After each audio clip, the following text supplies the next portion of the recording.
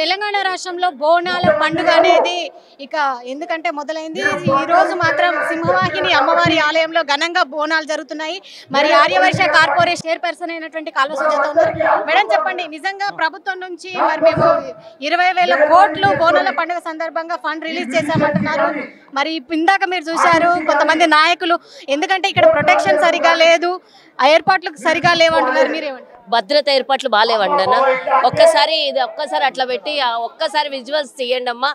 ఇందాక వాళ్ళే వచ్చి బీజేపీ మాట్లాడుతుండగా నేను వచ్చినాను. 100 మంది భక్తులు ఉంటే 200 మంది పోలీసు వాళ్ళు ఉన్నారు అని వాళ్ళే అనిపోయినారు. మళ్ళీ భద్రత లేదంటే అసలు నిజంగా నేను గతంలో కన్నా ఎక్కువగా ఇప్పుడే ఈరోజు శాంతియుతంగా ఏ రకంగా కూడా ఇబ్బందులు కలగకుండా ఎంత ప్రశాంతంగా దర్శనాలు జరుగుతున్నాయో మనం చూసినాము. ఎక్కడైనా అలజడి కానీ ఎక్కడైనా కానీ గొడవలు జరుగుతున్నాయి. ప్రజాస్వామ్యంలో ప్రజాపాలనలో రేవంత్ రెడ్డి గారి పాలనలో చక్కగా దేవుడికి కానీ దైవాన్ని కానీ మనుషుల్ని కానీ అందరినీ ప్రేమించే ప్రభుత్వంలో మనం ఉన్నాము. అలాంటిదే కానీ ఇక్కడ లా అండ్ ఆర్డర్ ఇబ్బంది అయ్యింది, బందోబస్తు సరిగ్గా లేదు అని అబద్ధాల మాటలు మాట్లాడి ఏదో రకంగా వాళ్ళు పబ్బం గడుపుకుందామంటే తప్పదు.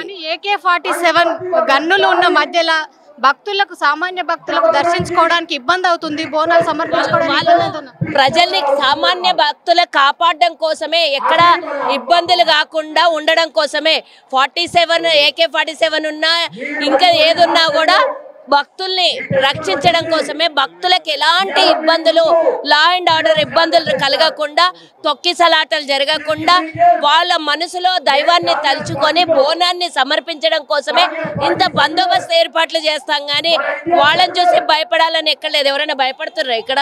అందులో ఈ కాలంలో కలియుగంలో 2025లో మేము భయపడి, పోలీసు వాళ్ళు ఉన్నారు కాబట్టి మేము దర్శనానికి భయపడతాము, AK-47 ఉన్నాయి కాబట్టి మేము భయపడతాం అనేది ఎక్కడ కూడా ఉండదమ్మా. భక్తుల సేవ కోసమే ఈ రోజు ప్రభుత్వం పనిచేస్తుంది. వాళ్ళ వల్ల ఏదైనా జరిగింది అని అంటే అబద్ధమైనటువంటి మాట. అది అందరి రక్షణ కోసమే ఈ రోజు పోలీసు వాళ్ళు ఇక్కడ మన అమ్మవారి దర్శనం ఎట్లా అనిపిస్తుంది నిజంగా? ఎందుకంటే నేను గతంలో ఎన్నోసార్లు, గత సంవత్సరం వరకు చాలా సంవత్సరాల నుంచి దర్శనం చేసుకుంటున్నాను. ఇప్పుడు కాంగ్రెస్ ప్రభుత్వం ఉంది, చల్లగా చూడమ్మా.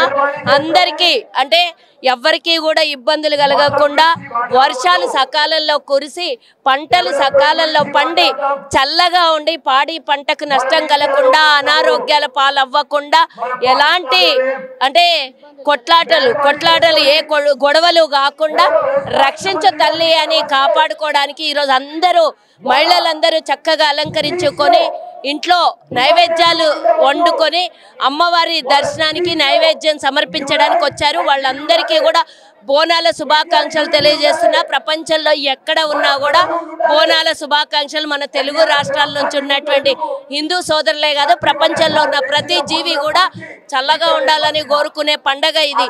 గతంలో 200 సంవత్సరాల క్రితము హైదరాబాద్లో వరదలు వస్తే వరదల్ని కాపాడడం కోసమే అమ్మవారిని వేడుకుంటే కాపాడినటువంటి చల్లని తల్లి ఆమె. కాబట్టి చల్లని తల్లి, చల్లని దీవెనలు హైదరాబాద్ నగరానికే కాదు యావత్ జనావళికి అందరికీ కూడా కురిపించాలని ఈ సందర్భంగా కోరుకుంటున్నాను. వర్షాలు సమృద్ధిగా పడాలి, అమ్మవారి అనుగ్రహం అనేది యావత్ ప్రపంచపై ఉన్నటువంటి ప్రతి జీవిపై ఉండాలని చెప్పేసి కోరుతున్నారు మహిళా కార్పొరేషన్ చైర్పర్సన్ అయినటువంటి కాల్వ సుజాత. వీడియో జర్నలిస్ట్ రంజిత్తో రాణి, సింహవాహిని అమ్మవారి ఆలయం.